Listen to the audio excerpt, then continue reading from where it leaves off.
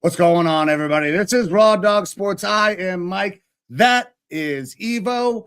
You smell like beef and cheese. You don't smell like Santa. And we have got a banger fucking episode for you guys today. We are going to recap a great week if you followed the show, at least for me.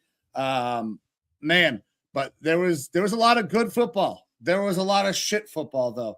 My team in particular was on the shit end. Your team on the good end, my man, Evo. How you doing, brother? Welcome in. And you got to be feeling good about your boy, JJ. I do feel good. I'm still keeping a temperament about it, which I will bring up when we cover my game. But I'm happy with what we got to see on Sunday Night Football. That's awesome. A good game from JJ.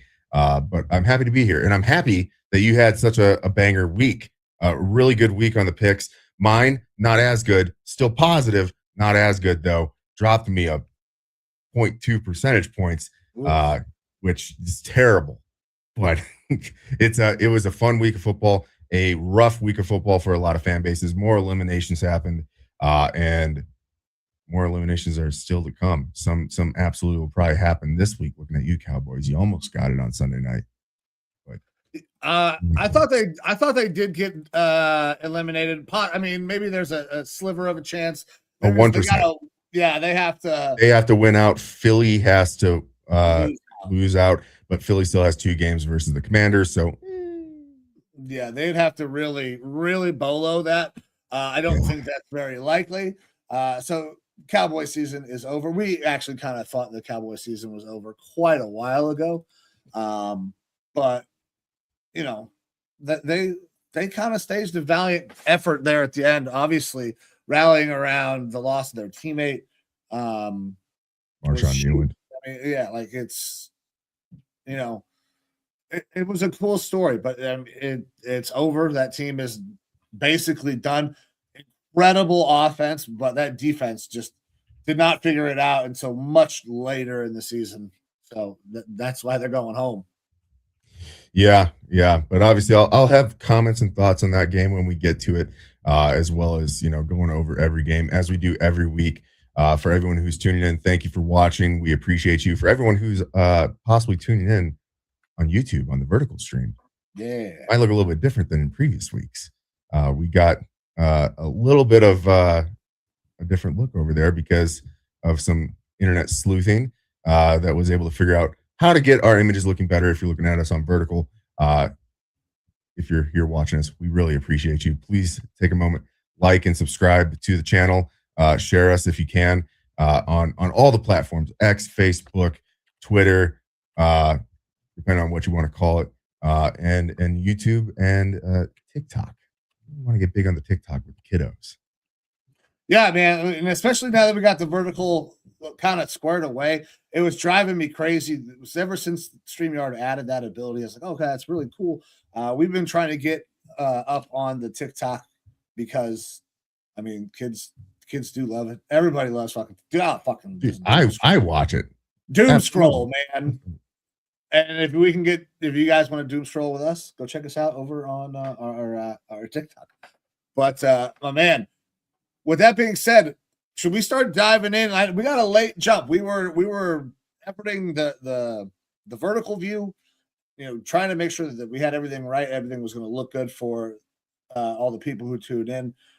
So we're ready to dive in, show the people the picks, and kind of then we'll start getting into these games because I'm ready to show people a lot of fucking green. Yeah, absolutely. And so here you go, ladies and gentlemen, our week 15 picks. I have on my side a big old splotch of red there in the middle, which really tanked my week. But obviously, you want to focus on the green, baby, right? Focusing on the left there. Mike had himself a hell of a week, went 12-4. I went 9-7. Mike is just one decimal away from hitting that 55% hit rate number, which is absolutely one of those goals that we're shooting for. Another good week will help us out there and help you out in getting to that goal. Me going positive still dropped me ever so slightly, but that's because kind of had banger start to the year. But we're in week 15. We are at the finish line essentially. 3 more weeks of games before we kind of lock in our record for the year. Yeah, at this point, we're sitting with pretty nice. I'm 23 games over 500. Shit, you are what, 31, 39 games over 500. So the march towards the end of the season is looking pretty good. I would love to have another couple of banger weeks. Starting to understand a little bit about who these teams are. Maybe some question marks. Panthers fans have got to be just fucking grasping at straws, trying to figure out who that team is. Yeah, good week. Yeah, absolutely. But this is why you can follow us or tail us or fade us. We keep it very real with you guys. We show off our wins, we show off our losses. I have to self-promote though. I got myself a nice 6-leg parlay that you can find out there on the socials. I bet something like 75 cents on it. I don't remember the exact amount here, but it won me 60 something dollars. Omarion Hampton going 50 yards or more. James Cook an anytime touchdown. Woody Marks going under 77.5 rushing yards. Phillip Rivers getting a passing touchdown. Blake Corum over 6.5 rushing yards in the first quarter. And Tua Tagovailoa came through for me last night, despite a terrible game. Did get 2 passing touchdowns. That was 8,142 odds plus 8,142, and that was a banger. One of my bigger parlay hits. So I'm very proud of that. Yeah, the hell of a hit. I bet nothing. Listen, we don't unit shame. We have never unit shamed on the show because listen, we don't have a lot of unit to begin with. So, well, at least but we're getting more units to bet with because of our weekly sponsorships that we always get. And look, I do have a sponsorship that was sent into us. It's very short. There's not a lot to it, but we have to run our segment sponsorship or cease and desist. I don't know if this one will actually get us in any sort of trouble at all, but this week's episode of Raw Dog Sports is brought to you by none other than famed Dr. James Andrews, an orthopedic surgeon who's known as the go-to doctor for elite athletes, and he's famous for pioneering arthroscopic surgery while operating on stars like Adrian Peterson, Peyton Manning, Drew Brees, Brett Favre, and RG3. And boy, has business been booming for him, especially after this last week, because we had a couple injuries in the NFL that are going to dramatically shape the rest of this season and possibly next year. So Dr. James Andrews just wants you to know that if you get yourself fucked up on the playing field or in life, you can go to him to become a superstar. Oh, yeah. Appreciate it, Dr. James Andrews. I remember him becoming the most popular guy in the world when he fixed Adrian Peterson's knee. Who he came back and had the 2,000-yard season, MVP, I believe, as well. And Dr. James Andrews became very fucking famous very fast. I appreciate him, reaching out and, doing the sponsorship with us today. But that's not the only segment that we have. We have another segment, one of my favorites, and we're going to highlight a couple guys that I didn't know that I would ever choose to highlight. But let's get into our off the hook players of the week. Off the hook. Off the hook. Whoo, my off the hook player of the week. A guy that we actually have another award for on this show, Bo Nix. We gave Bo Nix the Bo Nix Award rookie year when he was having a terrible time, terrible half, like worse than Anthony Richardson type numbers. But he has progressed a lot. And he had a massive matchup against a NFC contender in the Packers. And there were a lot of people that were doubting Bo Nix. Bo came out there and balled, though. 4 touchdowns, 302 yards. I mean, and led a Broncos team who played exceptional defense as well. We'll talk about that. But Bo Nix was fucking off the hook and led his team to a big-time win that I was very happy it worked out that way because I took the Broncos. Fuck the Packers. And hey, I'm all about fuck the Packers. And look, This is the thing. My wife is a Broncos fan. I'm not supposed to root against them or whatever, but I call it how I see it for the show, obviously, here. Though, yes, I do have a very, very well-known anti-lean towards the Packers and an anti-lean towards Aaron Rodgers because I'm not a scumbag. But Bo Nix had himself a hell of a game. I had to get on to my phone and Google and search when does Toyotathon end because of how bad the Packers were playing in that game. It ends in January, ladies and gentlemen. So somehow Denver, the Broncos, and Bo Nix figured out how to beat Toyotathon. And I think that realistically, Bo Nix should probably earn a sponsorship with a rival brand like Honda or something like that. Like, does he seem like a Honda man to you? I don't know. What are the other names? You got Toyotathon. You got what is it? The 100 days? I don't fucking know. I'm just making shit up now. I'm just the fuck you Ford month. Yeah. American. I don't know. I feel like that every month. Figured out. But yeah, a hell of a day from him. A hell of a day for me to sit him on my fantasy bench. I still got the win in our league that we're in, but definitely should have played him. Hell of a performance from Bo Nix. He does seem to come on a lot better at the end of years. Like this is our second year with Bo Nix. We saw a really paltry beginning to his first season as a rookie, which makes sense because he's a rookie and got us to crown the Bo Nix Award. And it's nice that we get to pull that out every now and then. But this was also a Bo Nix Award type of day for him in the positive. So I don't think the negative Bo Nix Award is going to go away anytime soon. It's not. It was a fantastic performance from him. But that brings me to my off the hook player of the week. And while there are some honorable mentions out there, Trey McBride, Kyle Pitts, Trevion Henderson, the best quarterback of this week and a guy who we didn't expect to ever really say his name is Trevor Lawrence. Trevor Lawrence and the Jaguars did go up against the Jets. And I know what you might be saying. Hey, Evo, it was the Jets. Of course, he's going to stomp them out. But this was more than just a normal, like, hey, we're going to beat you. This was 20 for 32, 330 yards passing, and 5 passing touchdowns with no interceptions and no sacks. And then he went for 51 yards on 5 rushes on the ground with another touchdown. He almost averaged the same amount of passing yards per pass play as he did on the ground. 10.2 yards per play on the ground, 10.3 yards per completion in the air. A fantastic day from Trevor Lawrence. He was absolutely fucking balling out like we have never seen or really expected to see from Trevor Lawrence at all.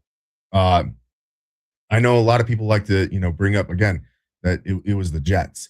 The thing is the common trope is you don't get to pick who you play. You don't get to pick who's on your schedule or whatever. The Jaguars could have come out here and beat the Jets instead of 48-20. They could have beat them 28-20, and no one would bat an eye. They'd be like, yeah, they beat a worse team. Oh, well. There's garbage time points. Oh, well. Right. They did what they were supposed to do and more. It was all gas, no break, and it was completely led by Trevor Lawrence. And if you're a Jaguars fan, yeah, you got to be happy that you're 10-4. Like, obviously, it's a really good year for you. But there's still been question marks about whether or not Trevor Lawrence can be your long-term solution at quarterback. I know that we've had the discussion on the show. Sure, yeah. Well, listen, this looked like the guy that we expected coming out of fucking Clemson. Like the greatest quarterback prospect since fucking Andrew Luck. That's what I mean. This kid was the number 1 pick in the draft since he walked on campus as a freshman at fucking Clemson. So But to say it's been a little bit of a letdown would be an understatement. But the expectations were so high of what he was supposed to be.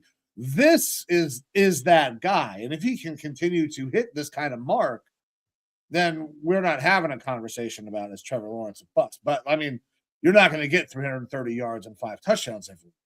However, if he can go out there, give him 250 and not turn the ball over, maybe throw 1 or 2, I mean, this team is spectacular.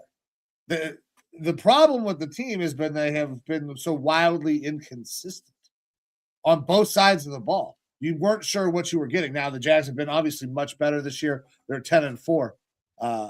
But yeah, Trevor Lawrence fucking balled out. And we're seeing the max of that potential. Yeah. So fantastic day from Trevor Lawrence. If you are one of the very few probable people out there in regular fantasy leagues that decided to play Trevor Lawrence in week 1 of the playoffs, good for you. Because that was a hell of a performance. Yeah, I guarantee you that nobody did that. Unless it was on accident or it was a dire straits. Yeah, my quarterback is fucking hurt. I got to get a new one. Yeah, absolutely. All right, brother. We ready to start diving into the week that was? Yeah, absolutely. Let's go ahead and take a gander. We're going to be running off of ESPN's board here and all the teams that played. First up for ESPN, obviously not counting the Thursday night game, which we already covered. We're the Cleveland Browns, your Cleveland Browns versus the Chicago Bears. We're the Cleveland Browns. Yeah. You know, and I've been thinking about this. Maybe this is an off-show note, but I think we almost need to start up another show where I act as a therapist to Cleveland Browns fans, because I've been watching some of our other friends out there in the sports podcasting space, many of whom we have done shows with, and watching the arguments that are happening, the utter turmoil at times. And I feel like I can bring a little bit of a fresh outside perspective as kind of like your vent therapist, and just allow, 30 minutes, just get it out. This would be one of those games where you would probably want to vent some things out. A 31-3 loss. Look, the Bears are obviously playing really well. They're a good team this year. Coming off the tails of that Titans loss as well. It's difficult. I'm interested to get your thoughts on your quarterback, Shedeur, because this is really his resume building time of the year to see, are your Browns going to look towards one of the prospects that's in the draft this upcoming year, or are they going to roll with Shedeur and try to build out the rest of the roster? So I don't even really know where to start because there were so many things that were bad. I mean, we called timeout after a fucking kickoff. We started fucking drives with, like, I think 3 penalties it was. As when we were backed up inside our own fucking 1. We do not understand how goddamn important it is to catch the fucking kickoff, because if it hits the ground and goes in there, you lose 15 yards. But that happened on several occasions. The coaching was so bad in this game. I don't even know how to quantify it, because when you make that many mistakes, like, it's bad. Like, it feels like nobody was prepared, right? And then you hear the stories that Shedeur Sanders didn't even have the right fucking wristband for the game. And then you're like, oh, yeah, they very clearly were not prepared for the game. How could you be if you don't have the right fucking wristband? The calamity of errors was just fucking astounding. Shedeur did not play well. I mean, he missed throws, but listen, he was fucking under duress the entire goddamn time. Our offensive line played terrible. I don't understand. Nobody was going to do anything. It was almost impossible to even evaluate anything in this game. Quinshon Judkins looks like he's a fucking bust. because of how bad the offensive line is. I don't think it's Quinshon's fault. I mean, it's been week after week after week, but nobody has been fired. Bubba Ventrone still has a job as our special teams coordinator, and the special teams have been fucking terrible. Yeah. Kevin Stefanski admits, like, says we didn't even have the right fucking wristband, guys. Yeah, I'm the head coach, and my dude didn't have the right shit. Still has a job. Like, at this point, I'm convinced that there is not a fireable offense. They're going to be back, which means there's no fucking hope.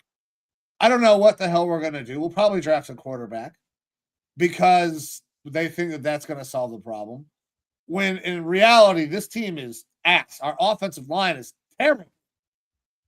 Absolutely terrible. And I love a lot of the guys on that line, man. Like Wyatt Teller, when he's healthy, man, awesome. But he's not healthy. He ain't playing right now. Fucking Tevin Jenkins, he can go. Like Zach Zinner, nope. Go. I love Joel Bitonio, but Joel is hanging on by a thread at this point. Like, the offensive line needs to be revamped really bad. We are going to probably lose out. I think the best thing we can hope for, like I said last week, or I think it was on Saturday, is that our rookies play well, which they didn't play well in this game. This was probably Fannon's worst game. Kind of looked a little disinterested at times in this game. Obviously, I know it was cold as fuck, but this was probably the rookie's worst performance overall. But I guarantee we're going to continue to see it week after week after week. We're going to keep just seeing the calamity of coaching errors. And I can only hope that we lose, and it's only due to coaching errors, and those dumbasses get fired. Like, I can't even really be upset. Shedeur did not play well. Like, and if you go and watch the tape, like, you love going to the quarterback school, right? Who's your guy? Oh, God, I'm not going to be able to remember his name. Okay, well, I like Chase Daniels. Chase Daniels is my guy. That's who I go to. That's who I watch do the, like, film breakdowns on quarterbacks a lot. I fucking love Chase Daniels, right? He did a really good one on Shedeur, and he was like, there were things that he fucking missed, things that he did not do well, but there were things that he did. It's like, man, that was dangerous, but that was pretty special. I don't know where we're gonna go, how this is all gonna turn, but this was fucking ugly. 31-3, and nobody gets fired at this point in the season. That everybody's just gonna get a jump on us when it comes to a coaching search, or we're gonna bring them back, and that's just shocking to me if that's the case. I don't know how you can bring him back, but it would be the most Browns thing to do. Yeah. It really feels like. JT O'Sullivan, by the way. Sorry. I don't mean to disrespect the name. But yeah, I like his breakdowns, and I've got a JJ McCarthy one queued up for this Sunday game for after we're done with the show. Put myself will abide asleep. Yeah, tough one there. Look, you got a lot of offensive line concerns there. As I've been doing more draft work, offensive line at the top of the draft through the first round is kind of wishy-washy. It's not the strongest offensive line draft out there for sure. So I'm willing to bet that you're probably Carnell Tate broken the Carnell Tate fucking wiener. Listen, we're gonna end up with the number 2 overall pick. Where do we think Carnell Tate goes in this draft? 5? Or the top wide receivers in this draft are kind of flip-flopping around depending on Jordan Tyson, Carnell Tate, and the receivers out of USC, Jacoby Lane, and I can't think of the other guy's name. Makai Lemon. Or Malachi Lemon. Malachi Lemon. Yeah. Those are the ones that are kind of flip-flopping around dependent on team need, because where the Giants are going to be picking, they definitely could use a wide receiver, but you don't want to get one that's small, that's going to be like Malik Neighbors. So some of those other guys make a little bit more sense, maybe. It depends on the team for sure.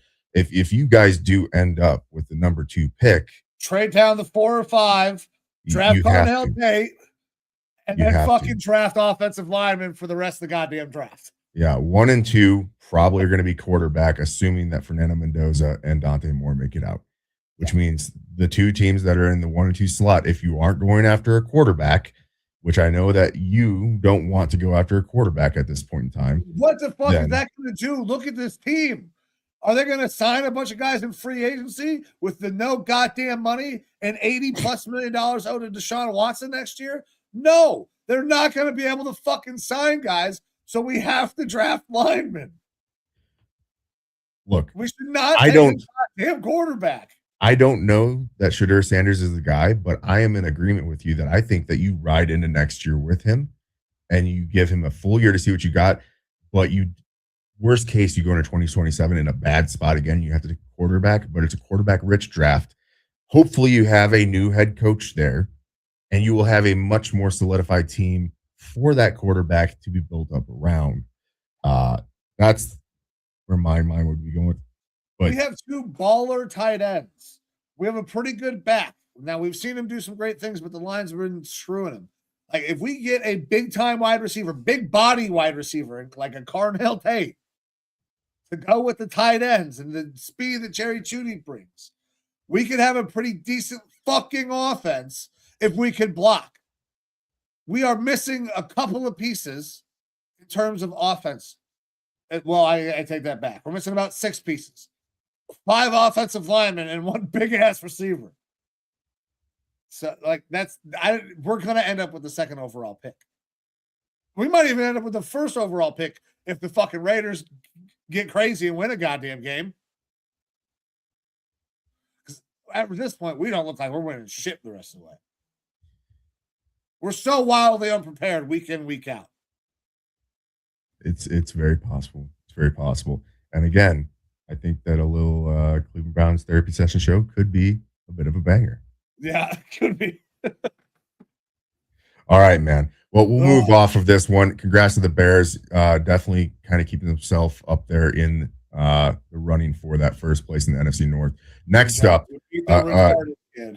2 other teams here that are trying to fight for the AFC North, but are somehow still trailing the Steelers. You got the Ravens and the Bengals being played in Cincinnati. Bengals potentially, truly like the worst franchise out there right now. Lose to the Ravens 24-0. And some teams look like they still are playing despite being out of the playoffs. Washington Commanders last week got blown up by my Vikings, but they still went in and played mostly an inconsequential game versus the Giants and won because they are still playing football. This Bengals team, not playing, dude. They fucking quit. I don't know if they are really giving a fuck at this point. Joe Burrow didn't look like he gave a fuck. That's the thing, is after a week where he comes out and says he's not having fun, and then to put out the performance like he did in this one, I believe it now. Yeah. Like, I believe that he's not having fun. I was going to ask you, do you still want to bring in fucking Joe Burrow potentially with all the talk about him wanting to be out of there? I would trade all the firsts for him still, despite even with JJ having a good game and everything. Like, we're still talking generational quarterback. His love is gone, or you think change of scenery revitalizes that love? We'll show him how to love. We have a great organization. Going from the Bengals to the Vikings, when you look at the report cards, would be fucking incredible. The facilities alone will make him happy. Yeah. Not to mention all of the, good players around him and everything. Oh. Well, thank you. You want to come say hi to the show? Oh. No. Hey. Love you, wife. Oh, I'm so thirsty. But anyways, back to this game. Ravens get a win. They keep themselves in the running for possibly being able to get into the playoffs, but also possibly getting the AFC North Championship. They are now 7-7. Look, Bengals, I don't like. It's going to be a fun offseason. I think we do have to pick multiple franchises, how to fix franchise and do shows on that to kind of fill out some of our offseason. Bengals is going to be a real interesting one because we talk about this every year. It seems like there's a new ownership group that needs to fucking go. The Bengals ownership group ain't going to fucking go, but they need to have a holistic change in approach because they are ruining one of the better quarterbacks out there, I think, all time by having him play on this team right now. You are ruining two phenomenal wide receivers by having him play on this team. And it's the coaching, it's the facilities, it's everything, man. It's a tough shot for the Bengals right now. Despite having talent there, they just are not a good team. They're awful. They've been awful. I've been trying to tell Bengals fans for a while that they've been awful. Now, granted, I'm a Browns fan. My team's also awful, but that doesn't mean that the Bengals aren't awful. It was shocking to see Joe Burrow just look as bad as he did. His comments after the game as well. He knew. He's like, nobody was fucking winning with me at quarterback today. It was terrible. I don't know if it was just that he played bad or if it was just the whole mindset of, man, I don't fucking want to be here right now. Because it was cold. It was fucking cold. It was miserable. And he goes out there and just is getting his dick kicked in. Like, nobody's having a good time. So, yeah, not a good team, and they were having a bad fucking day. Come to Minnesota, Joe. Good coaching, good team, good ownership, play in a dome. It would be good. It would be good. But to another team that's not going to make the playoffs, and it is a bad team, we got the Kansas City Chiefs losing and being eliminated from the fucking playoffs by the Los Angeles Chargers. Man, I wasn't sure it was going to happen. You were riding the script writers for a few weeks now, but that's it. Chiefs are done. Season's over, and Pat Mahomes' season is definitely over. Tears the ACL. Obviously, that sucks. Watching it live, I don't know what happened, that weird step he took or something, but it's the same knee that he had problems with before when he screwed up doing the quarterback sneak. I think it was torn ACL there as well. So now this becomes a problem. You start to worry about when Pat can come back. What is he going to be able to do? Because now this is multiple knee injuries. And we have massive concerns about guys like Michael Penix. You don't get better with age, and you don't get better with multiple fucking ACL surgeries. So, I mean, it sucks for Pat Mahomes. I'm glad that we don't have to watch the Chiefs in the playoffs because they're not fun. They are not entertaining at all to watch right now. But, hey, good on the Chargers. They're still in this thing. They're going to have a chance to go and probably compete in the playoffs. Yeah, I think they're a playoff team at this point, but how far they'll be able to go with their shamble offensive line, we'll see. Obviously, Harbaugh is going to have them playing hard, but this comes down to, Chiefs fans. Sorry, this is the first time in a long time that you've not made it to the playoffs. Welcome to reality for a lot of other NFL teams. There are eerie similarities though to this situation and the New England Patriots of old with Tom Brady. I believe it was the same amount of seasons that Mahomes was in the NFL as when Brady was in the NFL when they had ACL tears. They each had 3 championships by the time that ACL tear happened. There was a down year after, and then all of a sudden they rattled off more championships. So if you believe in history repeating itself, this could be a good thing for the Chiefs. But look, it probably spells the end of a lot of things. We don't know when we're going to see Mahomes back. ACL surgeries can go a lot quicker, but this is week 15. He'd be lucky to be able to play at the beginning of next year. This is probably the end of Travis Kelce. Yeah. He's probably not coming back. That team's going to have to make some major shifts, major changes in order to get back on the horse. They're going to have to figure out how to run the fucking ball. When you have a quarterback coming off of injuries, you're going to lose another probably veteran weapon in Travis Kelce. And they have a really good defense, so they got to figure out a way to run the ball. They're going to have to get the pussy just fucking diving all around in the back. Yeah, she's just having fun today. Yeah. They have got to figure out a way to run the ball. That has probably been one of the bangs of this team's existence, is they have not had a consistent running game at all. Gardner Minshew is going to be the quarterback for them probably going forward. Gardner will get a chance to audition for some other teams going forward as well. I still think he's one of those guys that he's going to hang around for forever.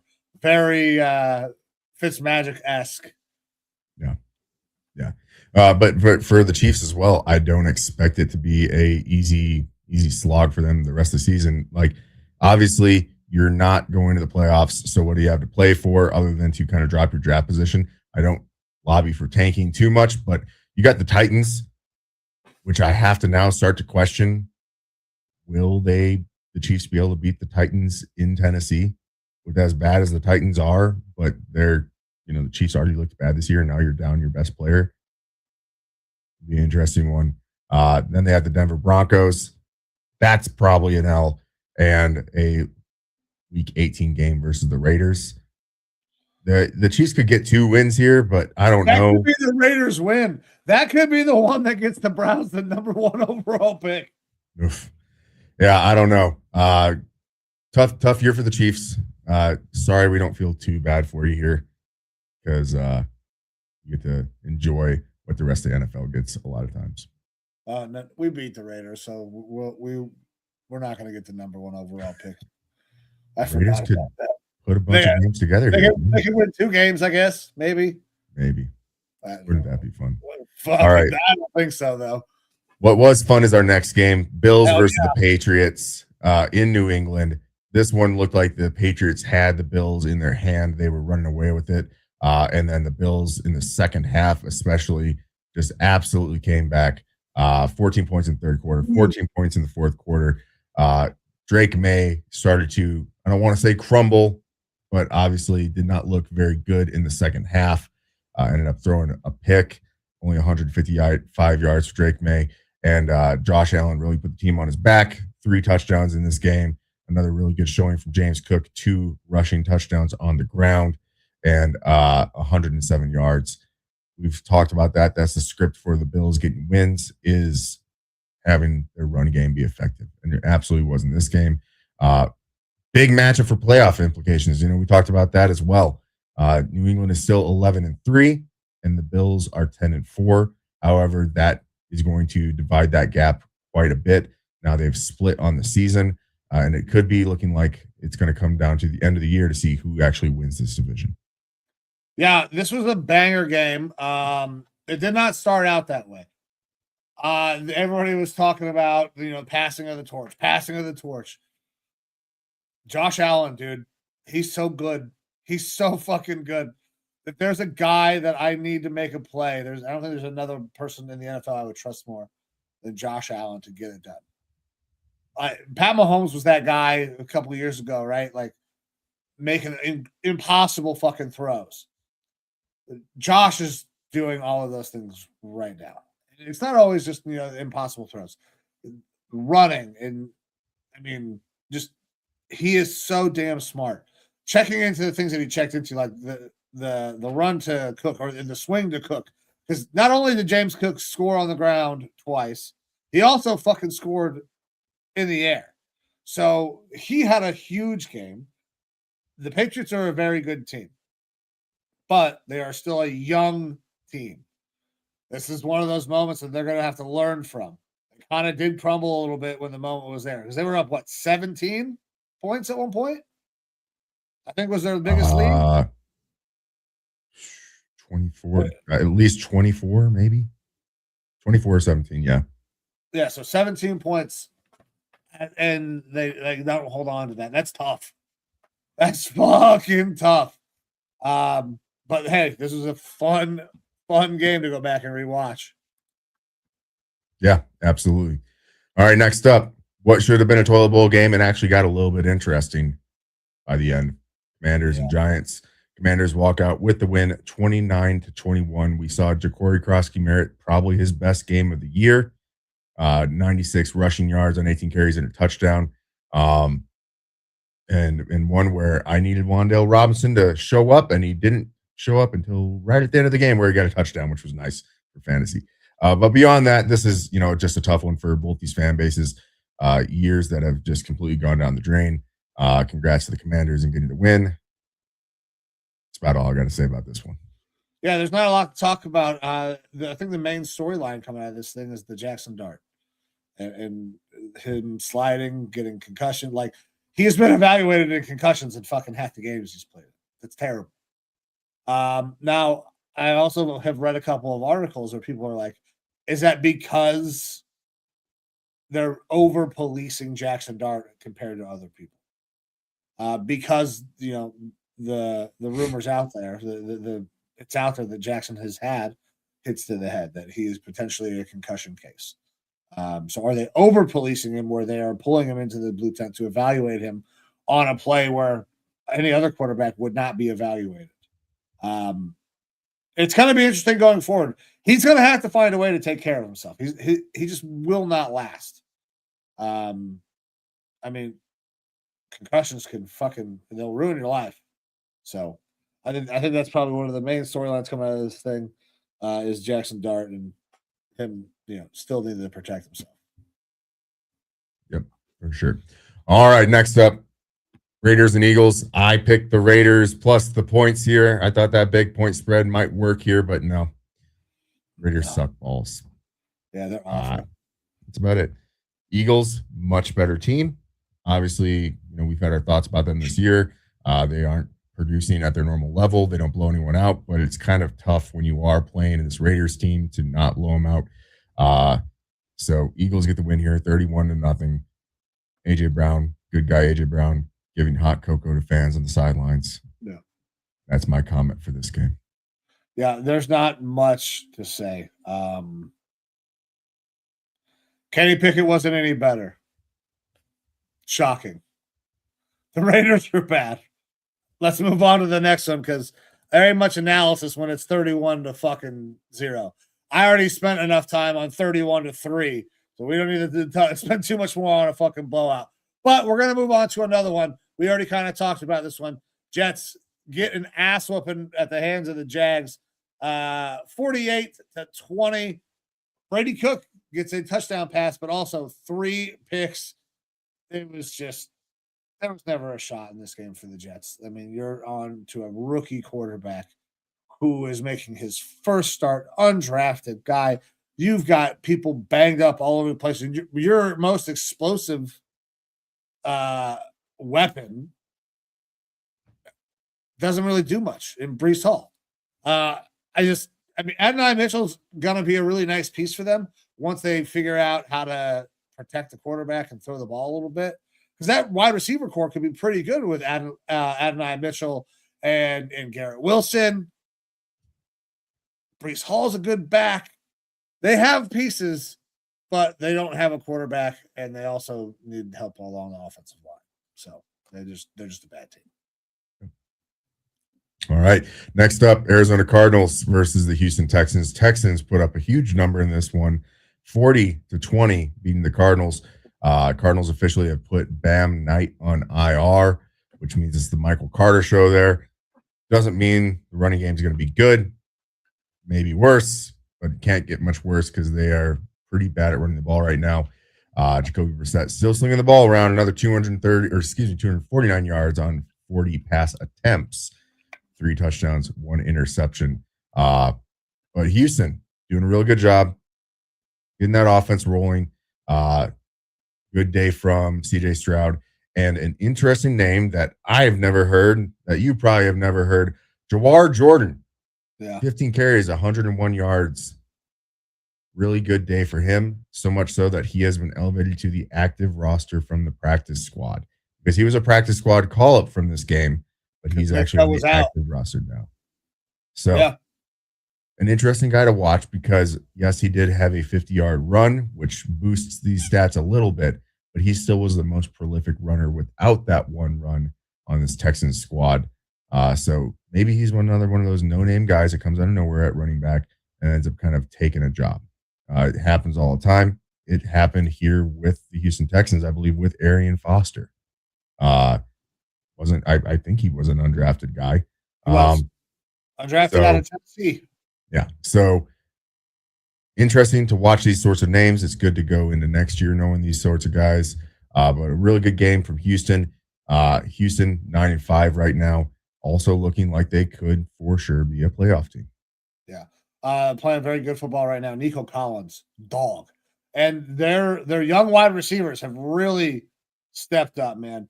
I think that that team is, if they can continue to get decent play out of their offensive line, they could be a problem. Now, they're not going to be able to go all the way because that offensive line will eventually run into a defensive line that's too fucking good for them. But this is a good quality team that next year, if they address that offensive line, it's going to be a fucking problem. Yep. All right. Another game that we kind of alluded to and talked about a little bit earlier. Green Bay Packers going into Denver versus the Broncos. Broncos get yet another win, taking them to 12-2. They are technically the class of the AFC at this point. They win 34-26. Micah Parsons goes down with an ACL injury, out for the year, torn ACL. Christian Watson hurt again. He was looking like the best wide receiver there in Green Bay. And at the end of it, there was a chance for Green Bay to try to make a bit of a comeback to try to keep the game close. But as per usual, no clutch gene there from Jordan Love.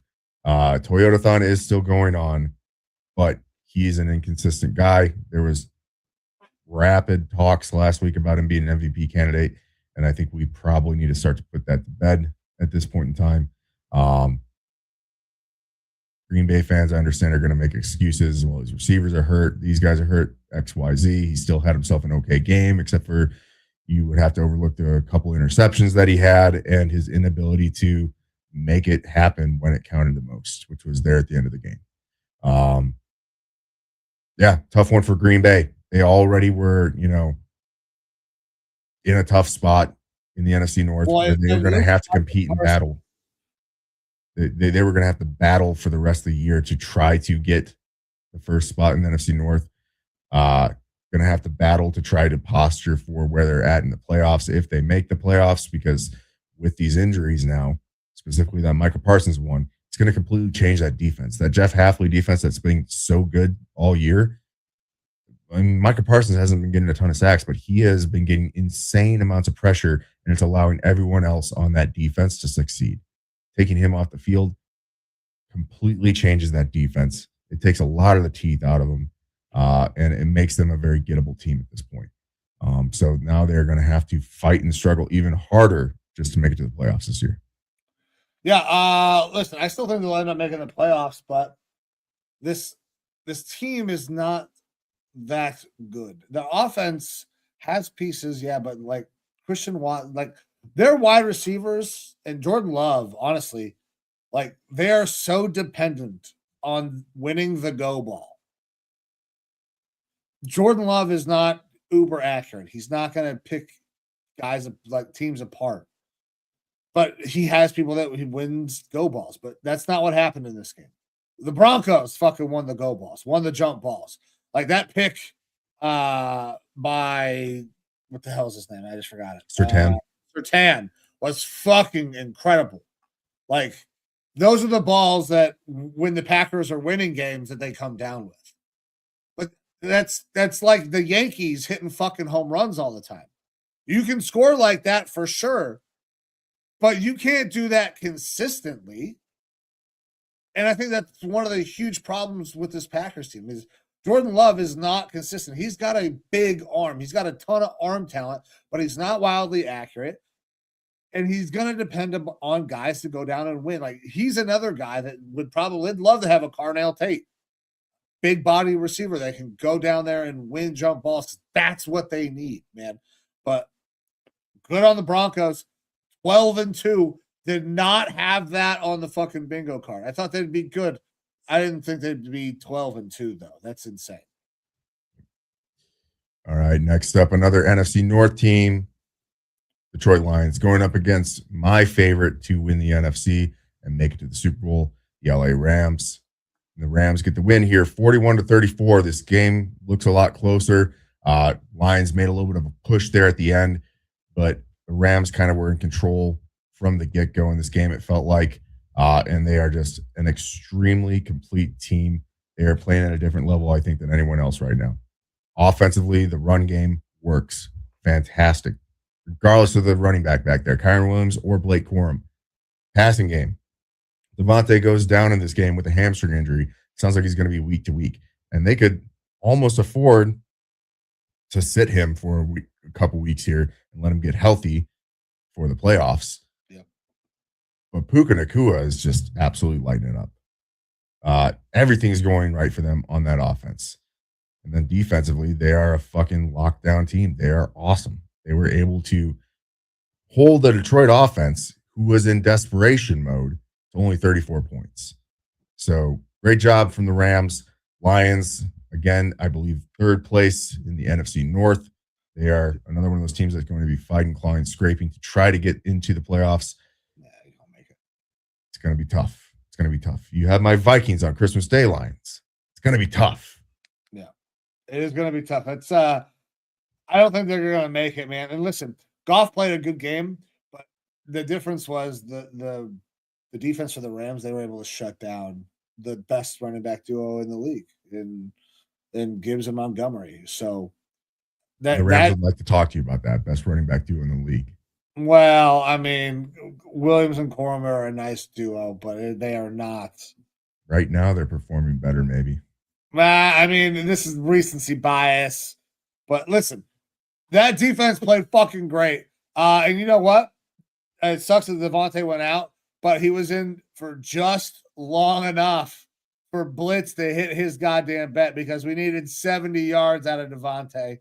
He got him. And Blitz's bet hit, man. So good win by the Rams. They're fantastic. Stafford's a dog. Lions probably going to be watching the playoffs at home this year. Yep. All right. An NFC South battle here up next. Carolina Panthers going into New Orleans versus Saints. And kind of preface some of these divisional battles, they tend to stay relatively close. Yeah. And this one was relatively close. But we thought, hey, the Bucs lost on Thursday night. The Panthers are in position to take lead of this South Division. And they let Tyler Shuck go out there and stomp on him, baby. Look, how many weeks are we going to keep on talking about Tyler Shuck? Well, like, yeah, he had a good game here, but it's Tyler Shuck. But he's starting to play pretty good football. Yeah. Listen, I can't say anything bad about Shuck this week. He did play good football. He's kind of the only reason that team has done anything. They're banged up as all hell. I still think that Spencer Rattler is playing good football as well. But listen, you got to figure out what you're gonna have in Tyler Shuck. And right now, he's playing well. He's been the entire offense. I don't know how long that will last, but I mean, as long as if that coaching staff stays around and Shuck could maybe be their guy going forward. Who knows? I still don't think that he's the answer, but he played well here. I can't talk shit because listen, we talk shit about Bryce Young as well. He's played good games, but I mean, here this is a very, very average game from Bryce Young, and they needed a win so fucking bad to maintain that division lead, and they don't get it done. Like this Panthers team is another one of those teams I don't know who they are. Like I don't think they're that good, but their record suggests they're not bad. They were leading their division prior to this week.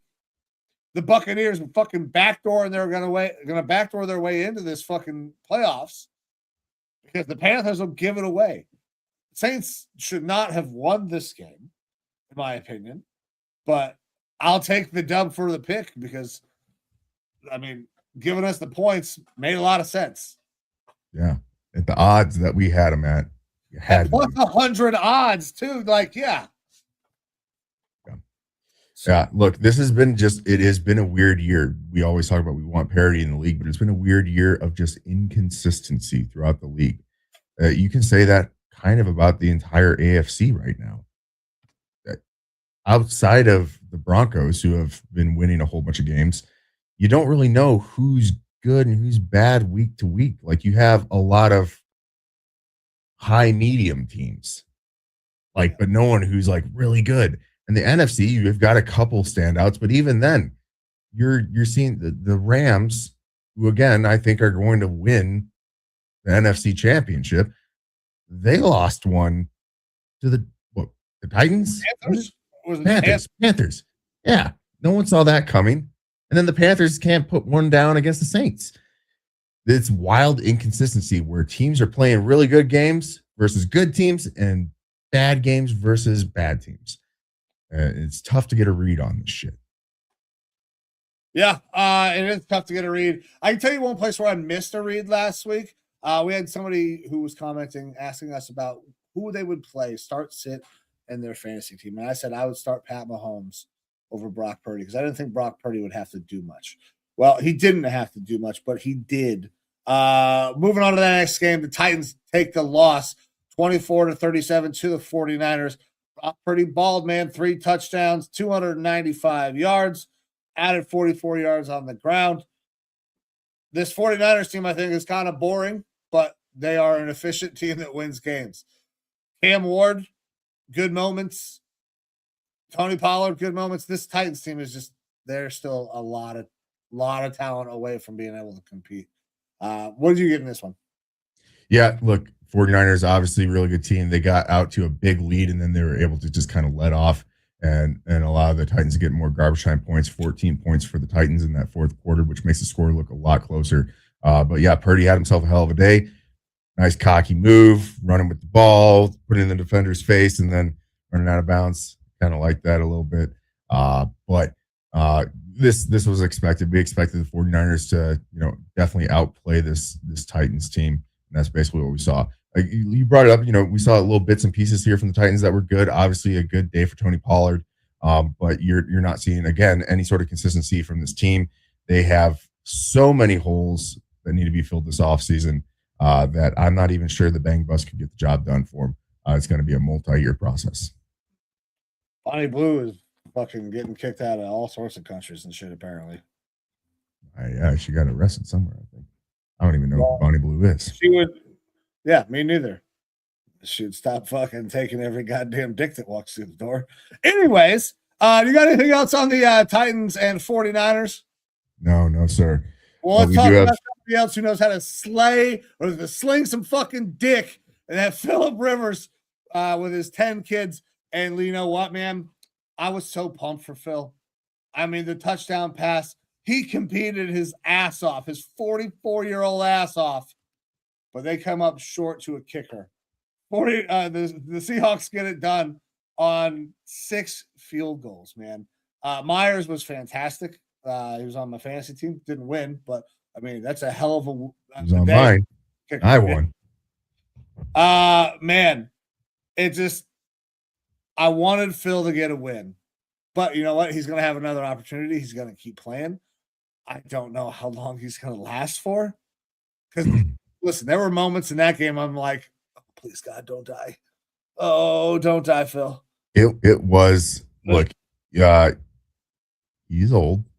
Yeah. He's slow. Everything was a little bit more labored. Dude, throwing the ball is like, oh, fuck. I don't know if he's going to be able to get it out there. He has it between the ears still, right? It's just he needs that to throw anticipatory throws because it takes a little bit for the ball to get there. Phillip Rivers, through his entire career, has had an awkward slot arm angle throwing motion in general, but it was even worse than this because he's having to put every ounce of his 280-pound body into this motherfucker to get it to where it needs to go. And I'm making that number up for his weight, but he did look like your chunky uncle who's going out there that shouldn't be putting the uniform on necessarily, but you did, like, we were pulling for him. I was pulling for him. And he drove his team down in the fourth quarter enough for them to get the field goal to go ahead. But the defense let him down, unfortunately. Yeah. Look, like, I picked Colts plus the points in this one. Love that happened. We both did, I believe. Yeah, 13.5 was slam dunk. I thought they were going to win this bitch. They almost won, and the Colts defense showed out all day, and props to them for holding that Seattle team to as low a score as they did. But they let them down there in the fourth. They were able to allow Seattle to get down to get that field goal in Seattle. The better team right now does walk away with that win. But yeah, I was really pulling for Uncle Phil. I was as well, man. It's got to be pretty demoralizing to that Colts team because you just played one of the best teams in the NFC, and your defense played spectacular. There aren't moral victories, but this one could be looked at as a bit of a moral victory because, hey, we yeah, but I mean, 4-year-old out here, and we carried them all the way to the gritty end. Yeah, but what happens when you don't play great on defense? That's gotta like that defense has the weight of the fucking whole season on them right now. Because listen, Phil, he did a little bit. They're gonna have to do a lot of quick game.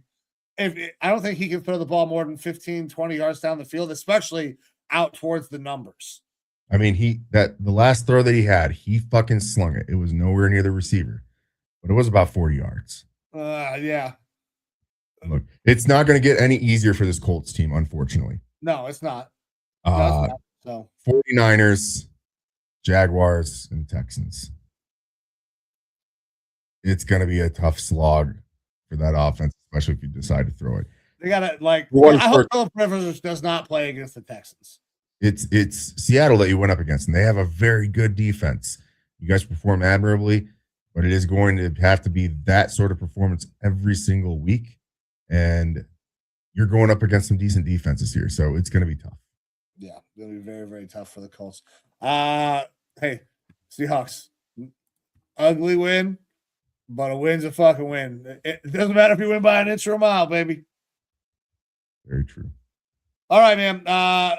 Going on to the Sunday night game, we had a very interesting and fun game. Your boys showed up, get the dub, 34-26 over the Cowboys, effectively ending the Cowboys season. J.J. McCarthy played pretty damn well. Mechanics are still all over the place, but they don't give a fuck because when he's just playing with confidence, he's actually playing much better. From your view, how did you see this game kind of unfolding? What did you see from JJ that you liked? Also, great job by your defense. I mean, keeping Dak from throwing any touchdowns is impressive. 26 points they still allowed, but I mean, when you can shut down Dak, that gives you a recipe to win a game. Yeah, it looked kind of rough right from the get-go. Because there was a tipped ball interception on JJ's first pass. And then Brian Flores' defense looks like we hold them to a field goal and they run the fake and run for a first down. And it was kind of like it was a beautiful fake too. It was. And it's like, oh, it's going to be one of these nights. It's going to be one of these fucking nights. But the Vikings didn't let it happen. They didn't let it get them down. And I, really applaud the team for that because they came out and played really fucking well the rest of the game. The run game wasn't going, but what I like is that Kevin O'Connell didn't go away from it. He kept running the ball. Like, we have run so much 12 and 13 personnel over the last 2 weeks that it shows a true commitment to changing and meeting in the middle of what Kevin O'Connell wants in his system and what JJ McCarthy ran in college and what he needs right now to be able to progress, to get the confidence to be able to play ball.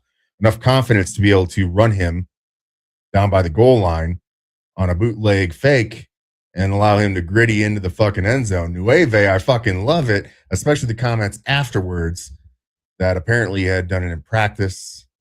And KOC said, don't do that. And JJ said, kind of made me want to do it more. We're talking about a 22-year-old kid here. You as a purist, I have to ask, how do you feel about him doing it into the end zone rather than after being in the end zone? Obviously things could have gone wrong, right? I always liked the Barry Sanders no celebration after a touchdown, just hand the ball and act like you've been there before. Right. But also, God forbid a white boy get a little motion. I like seeing it, baby. I like Nueve coming out. It was disrespectful. Now, if we had lost the game, it would have obviously been top of the storylines. You're going to do this shit, and then you're going to lose the game and everything. But I like the moxie from it. And obviously, Kevin O'Connell talked about it as well in his press conference afterwards, and wasn't praising of it. but he had a smirk while talking about it. So, you got to let him have his wins when he has his wins. But you brought up great job by Brian Flores in this game. It is a interesting version of a bend don't break type of defense, which I think kind of brings to fold defense in the NFL in general right now with the new kickoff rule changes and how kickers are performing in the league right now. The typical starting point in previous years was around the 20-yard line when a touchback brings you out to the 20, and then you have to go 80 or 60 yards to get down to the other 20 and have an easy field goal. But now teams are starting at the 35 or further and two good pass plays, and now all of a sudden you're within kicking range for a lot of kickers. So defenses have probably had to rewire their minds of, hey, we need to stop teams from scoring points to you got to win really between care. the 40s. Yeah, we don't really care about the field goals. You're going to get your field goals because kickers are good. We need to make sure you stay out of the end zone. And that's what Brian Flores' defense did. They allowed a lot of yardage, big run plays, but they kept the teams out of the red zone. And then you have Brandon Aubrey miss 2 field goals. Crazy. And Big Dick Reichard making all of his field goals. Best kicker in the league. Hide your daughters. It's a recipe for success if your offense is able to keep up and get more touchdowns. And that's what we were able to do in this game. Like the Vikings offense worked really well. The other big question mark out of this is, yes, the mechanics were bad for McCarthy again. At times they're good, at times they're wild, and it's not going to get fixed until the offseason. And I obviously hope for the best there. I said I would talk about this at the beginning of the show. While I praised McCarthy for how he's played over the past 2 weeks, that is not going to win us games consistently going into next season. If he doesn't fix the mechanics, we are going to have a wishy-washy type of year, just like we had this year, ups and downs. You need to have those mechanics fixed to have consistency in throwing the ball. And so obviously I take this with a grain of salt this season and what we've seen from him this season, because it's going to take a good offseason of mechanical changes in order for this to be a good thing going forward. That being said, the other part of it is the Justin Jefferson conversation. JJ has not had a good game in a long time. Part of it is because of those wild, inaccurate throws. Part of it is because something seems off with the connection between Jets and Justin Jefferson, or Jets and JJ McCarthy. Too many J's on this fucking team, man. It's tough. Triple J. We saw Justin Jefferson get wide open on a route and JJ sail him on it. And in other years, I still think Jefferson would have caught that ball, but he didn't. And then we saw him drop one that was perfect in the end zone where he wasn't being tightly defended. And so that's completely on Justin Jefferson. It's almost like a 50-50 for me right now between Jefferson and JJ McCarthy as to who's at fault for this. Part of it is they didn't get to practice a whole lot during training camp because Jefferson was out with a hammy injury. But I know a lot of people were saying, well, apparently Jefferson can't catch a fastball. I think that's bullshit. I think he can catch a fastball. Something's fucking off. All passes from fucking Joe Burrow. He can catch any goddamn pass. Yeah, all the other receivers on this team are catching these balls. So they obviously have some work to do. I think that's also probably going to be an offseason thing of jiving together better, figuring out. But something is just off between those two right now. But you're talking about one of the best, if not the best receiver in the league with a quarterback who is getting the ball to him. It's going to click sooner or later. I think Jefferson needs 50-something yards, 56 yards per game in order to eclipse 1,000 yards for the season. I'm really hoping to see that here as well. But for all the haters and stuff like that out there saying, well, JJ McCarthy is cooked. He's not cooked. I don't know if he's a franchise quarterback. I think that there's a good chance that he could be, but he's playing good football right now. He's winning games. And you can say it's versus bad defenses, but again, we could go out and beat a bad defense 16-10 or something like that. But we went up against a Dallas team that was fighting for their playoff chances. They weren't a slouch. They've been better in recent weeks, and we were able to go out there and beat them offensively. It was a good win.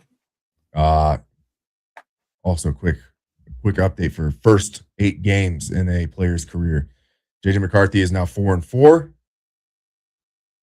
117 for 206, 56.8% completion percentage, 1,342 yards, 11 touchdowns, 11 interceptions, 24 sacks, and 3 rushing touchdowns. Josh Allen at this time, it's a lot like Josh Allen. 3 for 5. Yeah. 113 of 212. That's a 53% completion percentage, so lower. 1,355 yards. So Josh Allen had a handful more yards, with 13 more yards. Josh Allen had 5 touchdowns to 9 interceptions, 23 sacks, so 1 sack less, and 5 rushing touchdowns. JJ has 3. Very similar. And they liked to talk about that in the broadcast. Josh Allen had this wild mechanical issue. Yep. And he didn't. And now he's Josh Allen. Yep. I don't think JJ McCarthy's Josh Allen. I'm just saying these things can be fixed. He needs to go talk to Josh Allen's guy. Whoever the fuck helped Josh Allen with his mechanics is who JJ needs to go talk to. Honestly, if you're any quarterback and you have mechanical issues, go talk to whoever fucking helped Josh Allen, because his mechanics were awful coming out of college. No problem now. And he still slings the motherfucker. So, good win for you guys. I don't know that it makes a huge difference in terms of where you're going to be going. Draft position wise, you're going to be somewhere right around the middle. Yeah, we have dropped in 2 weeks from pick 11 to pick 13 now, I believe. 13 or 14.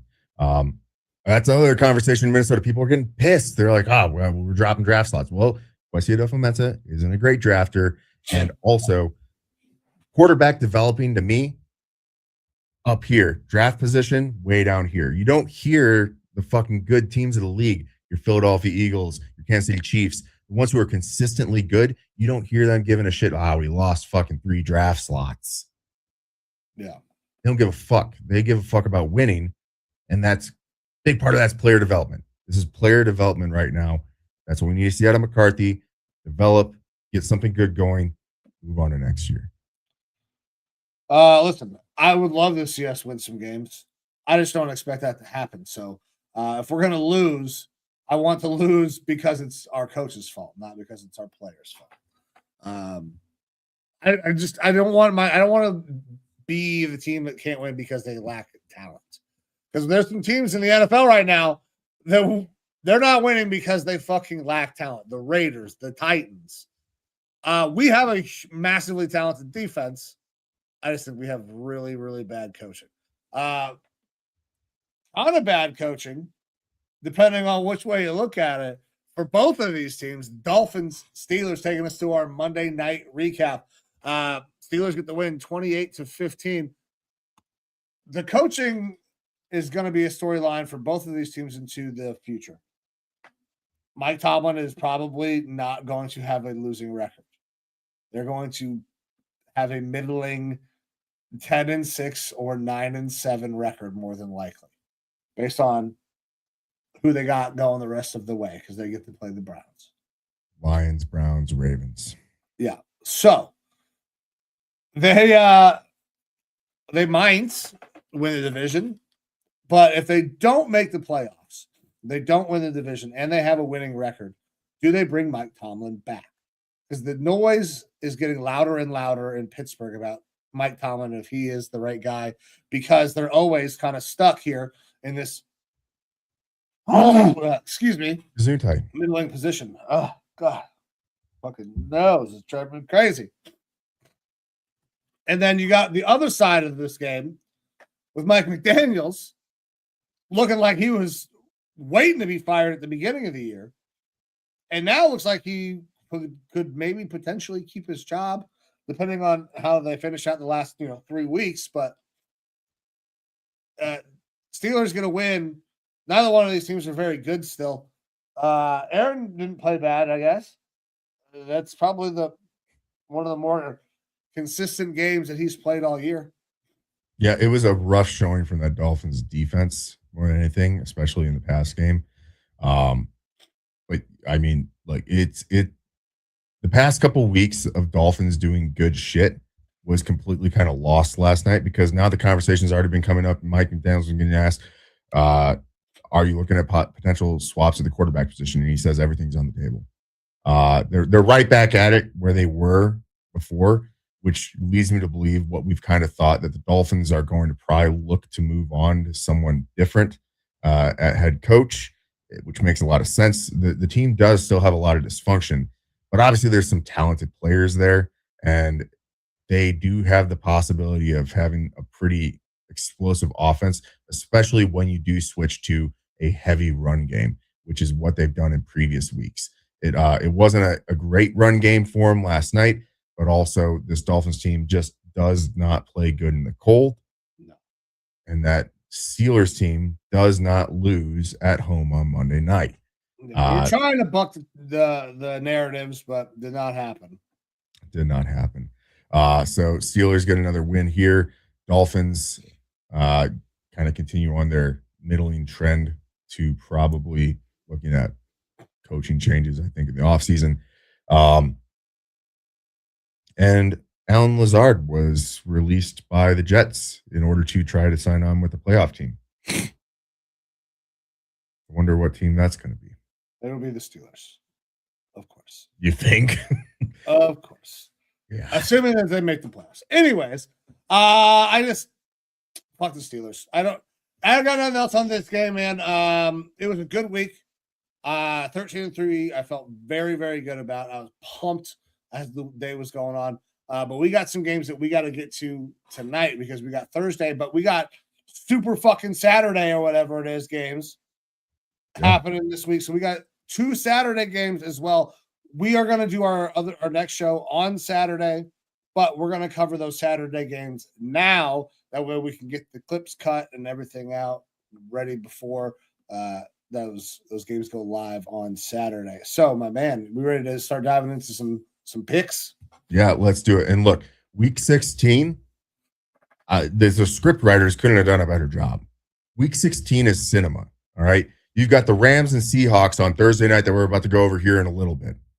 But also this week, Packers versus Bears, division rivals, but also both vying for that first seed. You got the Buccaneers and Panthers gridlocked for the first seed there in the NFC South. Jags and Broncos, 2 of the powerhouses right now in the AFC. Steelers and Lions, both teams fighting for those playoff chances. Patriots and Ravens. Ravens are trying to claw their way back to get into a position to get into the playoffs. And 49ers versus the Colts. Fantastic games this week. And 2 of the 3 of those ones that I mentioned, we are going to be talking about tonight. First one, Thursday night, LA Rams versus Seattle Seahawks in Seattle. Rams are favored on the road, -1.5 at plus 100 odds. Over under of 44.5. Mike, where are you going at in this game? So we've both talked about how much we like the Rams, and the Seahawks are a good fucking team, man. Like they can win in a multitude of ways, but the fact that they played the Colts so close makes me a little nervous. Now, I believe these guys played earlier in the year. Rams got the win 21-19, so it was a close game. We're seeing a very close spread here. Man, it's so hard to go up to Seattle and win. But I think I'm going with the Rams. I'm on the money line. They are fucking really good. I think that they can probably lock up the division with a win this week. They'll be 2 games plus tiebreakers up. So I'm going Rams to take this thing on Thursday night. I think it's going to be a banger game, though. Where are you going? Yeah, I look at the Seattle team, and I don't know if it's being talked about enough, but Sam Darnold over the past several weeks has not been playing good football.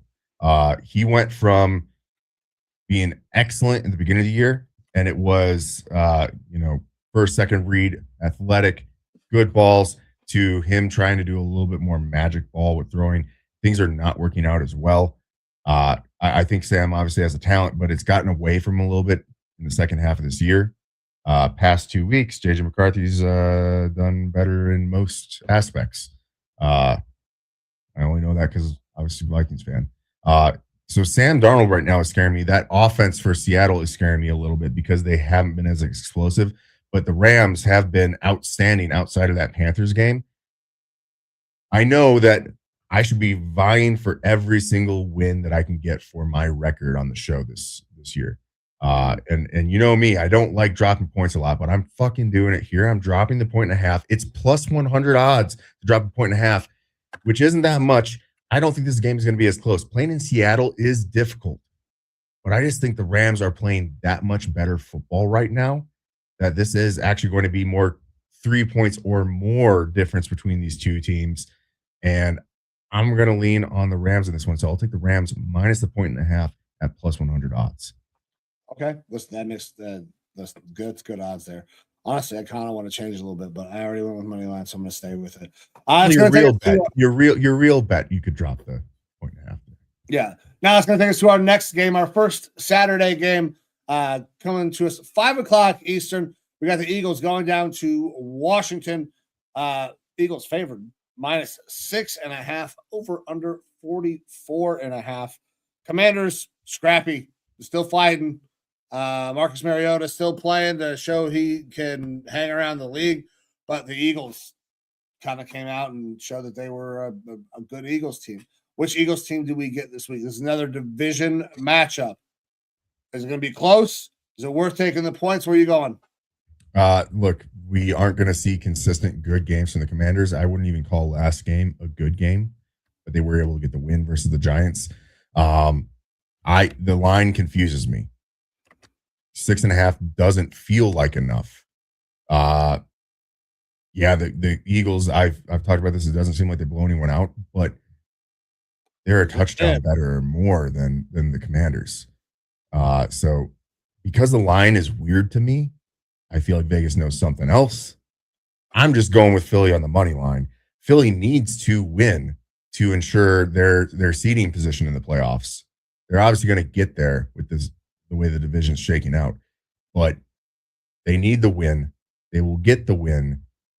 I don't know why the spread isn't more though. So that's why I'm not even looking at that spread of dropping the 6.5 there. If the Commanders were getting closer to the 10 points that I would assume that they should be having here, then we'd have a conversation. All right. Listen, I'm going to Eagles money line as well. They're a better team than Commanders. For everything that they are, they have been kind of bad this year. They're scrappy, great. Bill had a great week. This Eagles team is still good. Their problem is their consistency on offense. That defense is still spectacular, though. So, yeah, give me the Eagles on the money line. You ready to take us home, brother? Yeah, absolutely. NFC North matchup, Chicago Bears and Green Bay Packers being played at Soldier Field. And the Bears, who are currently in the lead, the NFC North, are underdogs at home. Another one, Vegas. A little confused. Did you not see that the Packers just lost one of their better offensive weapons and their best defensive player? Somehow, Packers are still favored in this one, minus a 1.5 at minus 102 odds, or you can give the Bears that 1.5 for minus 120 odds, over under a 46.5. It's an odd one for me. I don't know. So the minus 120 odds pisses me off for the plus 1.5. Let's just make this a fucking pickup. Give us minus 110s, right? Because that's where we're at. If you got to go down to minus 120 at a 1.5, let's just make this thing a pickup. So that's the way I'm going to treat this thing. And I'm going with Bears. Bears on the money line. I think they're better than the Packers. Minus 104 sounds way better than minus 120 for the 1.5, and I don't think it's going to make a huge difference. I don't like this. I hate when they do this. They just bump the points and change your fucking odds. Just give me a pickup. That's essentially what we got. Bears money line. Yeah, if I was putting my money on this, I would be going Chicago on the money line as well. However, for the sake, in this case, of getting more right on the show, I am taking Chicago plus the 1.5. Just the odds-on chance that this Just is a a close hedge. one. Yeah, there's a little hedge there. Listen, I get it, man. We're getting towards the end of the season. We want to make sure that we stay high on our percentages. I'm 54.9%. It was. You were at. I can't see what yours says. 58 and some change. 58.4. So hey, listen. Good week last week. Hopefully, we get off to a good start this week. We got 3 games coming up. We will see you guys again on Saturday. But everybody who tuned in, thank you very much. Time is the most valuable thing that you have. So anytime that you give some of it to us, we are forever grateful. I'm going to give my man Evo one last word, then we're going to get the fuck out of here until Saturday. Evo, go ahead, brother. Yeah, I have to call it NFL officiating again. We need to hire full-time refs. It's bullshit. I didn't talk about it during this game, but in the Jaguars game, there was a penalty called on the Jaguars. A illegal formation, which is a pre-snap penalty. And then as the play was going, it was whistled dead because of illegal formation. And Trevor Lawrence threw it in the ground at the feet of a eligible receiver and was also flagged for intentional grounding. There's no play. They applied both penalties to him. Like it wasn't like, oh, we picked the worst of the two. They gave them both penalties. A 5-yard illegal formation and an intentional grounding. Which, by the way, intentional grounding, if you didn't know in the rule books, the player, the quarterback, has to be getting pressured by the defense. The defense wasn't pressuring him because the play was called dead. What the fuck are we doing? That's my final word of the day. What the fuck are we doing, NFL? Hire fucking full-time refs. Make these motherfuckers. They're in the CBA right now. They're negotiating a new goddamn CBA with the officials right now. They need to fucking fix this. It's so bad. It's hopefully not for full-time refs, though. It is just for potential repercussions. Yeah. Some bullshit, which will have no fucking accountability because the people who are holding each other accountable are each other. So, yeah, I know how those fucking accountability meetings work. Anyways, guys, thank you very much. This is Raw Dog Sports. I am Mike. That is Evo. We appreciate you guys very much. We'll be back with you on Saturday. But for now, we're getting the fuck out of here. See ya.